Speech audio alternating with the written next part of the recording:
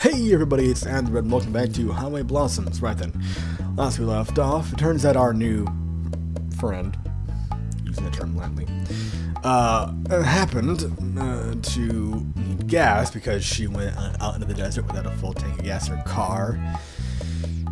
You know, well, that part was, I think, it was actually a bit of a retread. I think the episode before the last one covered that. I don't remember. Anyway. Turns out the reason she's in the desert is because she's looking for buried treasure. That just fits right into the mold of her psyche, as it would seem, Ridley, I think. However, we went to a gas station and ran into someone else who was apparently looking for the treasure as well. Didn't seem very amicable. But Marina, who was looking for this treasure, didn't have one of the journals that apparently talked about how to find it. Go figure. But the gas station attendant decided to give everyone for free because I guess he felt sorry for her. And that's as innocent as I'm gonna tread into the possibilities of why.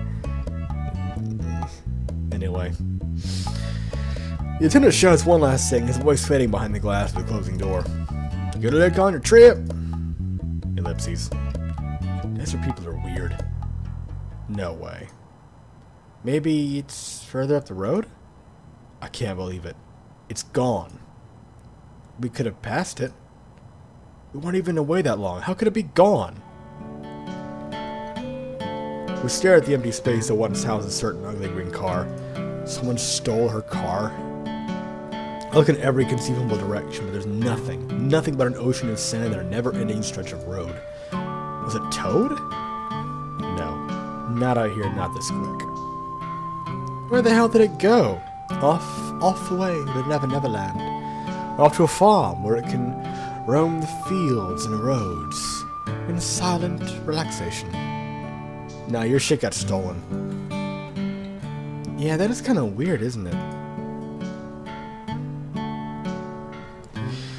Marina's hand rests against her cheek as she looks on with only mild confusion, like she's trying to solve a small mystery. She probably thinks it vanished into the nether realm or something. Maybe Cthulhu took it to Aurelia. Your car is missing, and that's more than a little weird. Well, it's actually my big brother's car.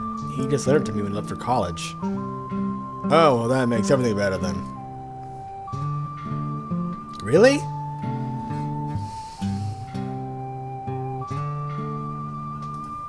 No! Thank you. I let out a heavy sigh and pressed my fingers on my temple, attempting to massage away the stress and irritation. It was probably stolen. Then they called the police. You have a phone, right? I do, but didn't we cover this? I think she's already said her phone wasn't home. Oh, no, she said she had to Walt in the car. I think she said she left her phone at home. That's right, he said it was dead. Oh, no, that's it, right on. Okay, you remember. Cool. I didn't. And I'm guessing you left it in your car. Yeah. Well, that's just great. Don't you have one? Nope. Never needed one. Afraid no one would call you? Ooh! Why did you come to that conclusion?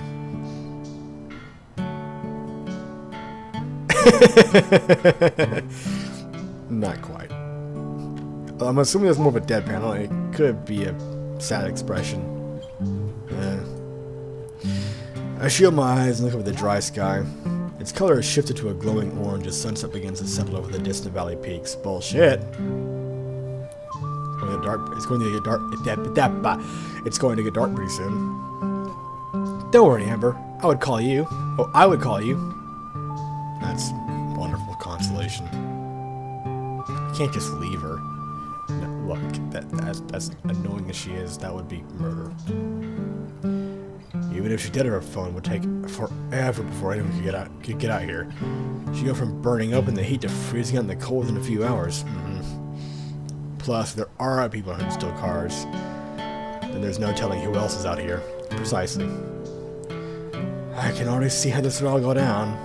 She'd be huddled on the side of the road trying to keep warm. A pack of coyotes would be howling all around her, closing in. Then, from down the road, a starved creep would pull up in a trashy old pickup truck, open his door for her, and... oh, God. I'm not gonna say that your mind went somewhere dark, because that's fairly, in a sense, accurate. Even if a bit fantasized in a way, but, yeah. Plus, that's how my mind works, so can't vouch for it. Hey, where are you from, if you don't mind me asking? Oh, I'm from Carlsbad. She pauses for a moment. Or at least kind of close to it. It's a little out of the way. Carlsbad. You're from California? No, silly. Carlsbad, New Mexico. Oh, right. Had me going there for a second. How far is that? Maybe 2 hours out from here? Wow. You didn't get very far at all, did you? Marina lowers her head in shame. I never really seemed to. Oh, that's surprising. Though I'm not really one to talk. I've been on the road less than a day. Would have gotten further if traffic on the I-40 wasn't such a pain in the butt, or if I didn't pick up Marina. Hey, listen. You don't live too far away. If you want, I can probably give you a lift back home. I prep myself for an explosion of thankful energy and excitement. But there isn't one. Instead, she continues to stare at the ground. Her hands now balled up in a fist as she fidgets ever so slightly. Yeah, because she probably is still a bit determined to find that treasure. Something wrong? She shifts her gaze from the ground and looks me straight in the eyes, drawing a deep, long breath. Remember the treasure we were talking about at the store? Yeah. I know it's a lot to ask, and you've already helped me out so much today. Already. But do you think you could take me to there, the first place the treasure is? Huh? She wants to keep going? Even after this entire disaster? And if anything, that's probably egging her on. The treasure! Could you take me to the first... I heard it the first time. It's just... You don't even know if this thing is real, but you dropped everything to go look for it. And now you're asking me, someone you've just met out in the middle of the desert, to take you to it? Even though you don't know if it's real and have just had your car stolen. These are all excellent points, but I'm not going to fit into her head. Did I catch all that? Uh-huh. You have no right to look so pleased with yourself, okay? You know right at all.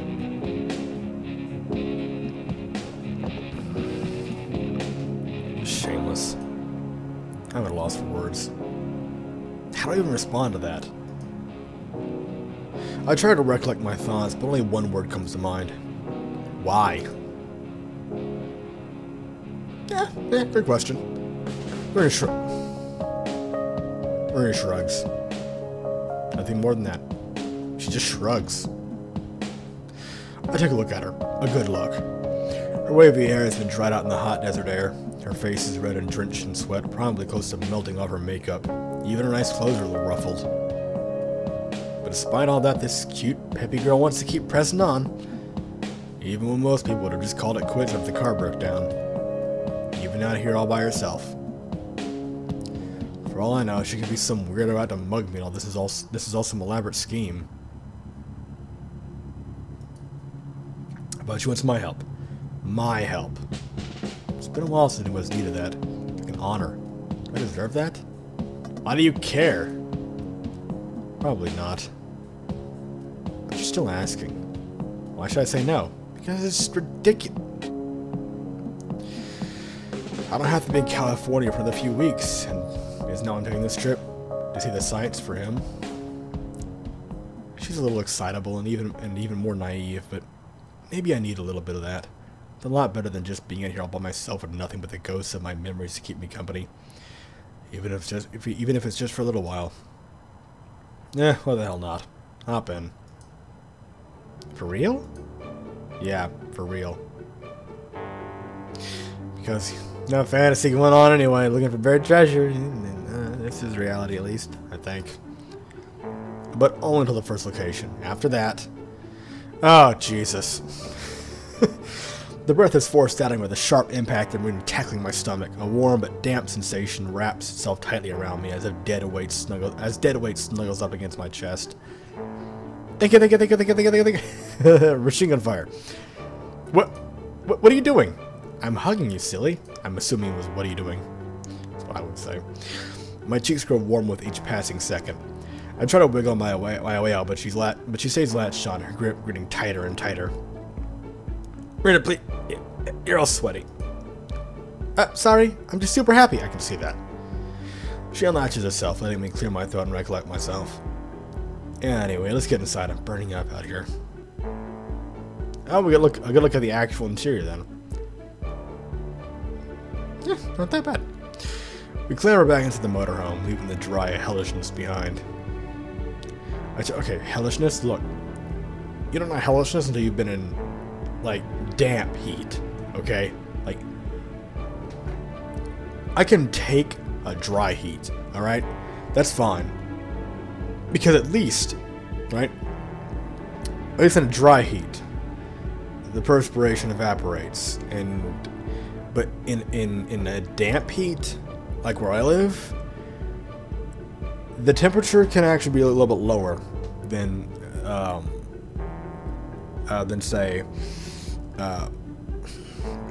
well, the temperature can be lower, but if it's really muggy, you're just absolutely miserable. It's like there's this weight pressing down all over you, and you just feel drenched and exhausted and completely oppressed. It is horrible. So with dry heat, that's fine. It sucks, but it's not nearly as bad as feeling like you just swam for about an hour, and it's really hot outside. And the heat isn't making all that condensation go away. It's condensation, not really the word, but nothing is evaporating. It's horrible. I turn the ignition and let the AC blast with the RV's stuffiness. Letting out breaths of sweet relief, Marina and I collapse back into our seats. Alright, so where's the first piece of the treasure? Well, you have no idea, do you? That's not true. The news said a part of it was somewhere here in New Mexico. Probably. I'm not surprised at all. Shooting is coming. You have the journal? Yeah? She hands a cheap paperback book to me. The cover feels like it could fall apart at the turn of a page. The whole thing is fitting of its rustic design. I'm really liking the music. I slide my thumb across the edges and flip through the pages. Thick forewords and passages commenting on the journal's historical significance skip past my eyes. Most of them want to be their own book. Finally, a photocopied picture of one of the original entries appears, preserving the faded cursive lettering, the entire thing printed on the next page over. Crushing brown stains and wrinkles engraved the photo. Some of the writing has been scratched out too, like someone made mistakes and couldn't erase them. I hate to admit it, but for something that's probably a sham, I think it's pretty authentic. There we go. With bounty and satisfaction in hand, I am now homeward bound, with a perilous journey forthcoming. Through my unrivaled intellect and unmatched ambition, I have succeeded in accomplishing what many believed would no longer prove profitable. Of course, this only comes as a surprise to those around me, not myself. I had traveled this way on the trail with many others in the Missouri Territory, but as my typical characteristic success grew, I could sense the envious stares among my so-called peers. The danger eventually became so great that I wished to flee, but my companions left before I woke. What reason, you may ask? I don't know. It is with this in mind that I have taken it upon myself to leave a note for one of my fellow prospectors and to borrow his stead so that I may one day return to settle with my family. But if this journey has taught me anything thus far, it is that jealous, conniving eyes are... What? Okay, that was weird. What? But if this journey taught me anything thus far, it is that jealous, conniving eyes are abundant. But... What the fuck? That's weird. I'm no fool. With my unparalleled wit, I have chosen to strip portions of gold across my... I'm not clicking it. It just transitions. It keeps going in transition on its fucking own. So you know what? Fuck it. I'm not putting up that just to read the last line. Yeah, I'm not reading all this crap. Where should I actually start? Let's see if... Oh! Okay, I see. That's actually her trailing off like, fuck it, I don't... Alright. That's acceptable. I just wish that was a bit clearer beforehand in some way, but whatever. Let's see. If you left California, lived in Missouri, and supposedly hid something in New Mexico like Marina said, then what we're looking for is likely a later entry. Ah, here we are. Alas, I have reached the final point of division of my travels. During my stay among the ruined sanctuary, the rogue native, Lamasi, had informed me of a landmark that was rich in the mythos of his people. Considered sacred, he said, the chance of the gold being discovered would be very slim. He referred to it as a winged rock, a monument erected towards the sky. After my previous detour, I have finally arrived. It is with much disbelief, I must say, my friend Lamasi was right. It is not just a monument erected towards the sky, but it is a mountain. Almost as if the Lord himself had struck up the earth among the sand. It is guarded by trails of rock around it, all branching from the mother rock. On this journey I have encountered many different sights, dangers, and yes, even an occasional friend. As I look upon the mountain before me, I am reminded once more that there are bigger things greater than I. Although I am not yet rid of this cough, my soul has been humbled and removed of fatigue. I can think of no better place to store the last of my gold than I anxiously await the day I return. You can read any previously seen entries at any time by clicking the journal button at the top right or by pressing the J key. Okay. What does it say? The gist of it is that it's near a big rock and a bunch of little rocks. That'll help us find it! I should narrow it down, right?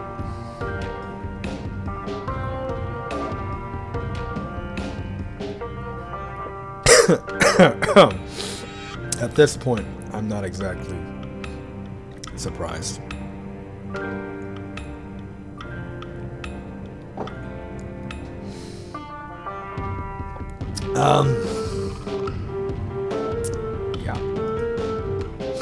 Yeah, to the entire state of New Mexico. Thank you. We're gonna gasp and lunge towards the journal, the muscles in her neck tensed and eyes wide with panic. That can't be the only thing you mentioned. There has to be more. I raise the journal high above me so she can't reach it, using my hand as a blockade against her head as she desperately tries to grasp for it. Sheesh, relax for a second. I actually have a pretty good idea of where it might be.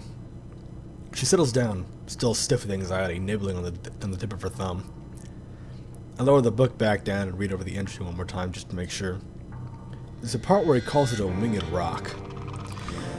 Assuming my years of reading travel guides and brochures weren't totally useless, I'm pretty sure that's a loose translation of what the Navajo used to call shiprock. Is a ship out in the desert? Whoa! I peer over the journal, Rita's imagination is going bonkers, her eyes alight as she tries to wrap her head around such a novelty even existing. How long have you lived in New Mexico? Miranda swells up with pride, only to deflate like a balloon before speaking, instead choosing to blow a misplaced turn of her hair out of the way. All my life? I sigh and slam the journal shut. It's a small mountain near the border of New Mexico and Utah that's vaguely shaped like a ship. Oh, okay. That makes way more sense. Surprised you ever heard of it. That thing's a landmark. Yeah. But hey, at least I know now. Shrugging, I put the journal away and smirk. Misplaced as it might be, her cheeriness is a good mix-up from the norm. And that's a good place in this episode. Thank you very much for watching, and I will see you next time.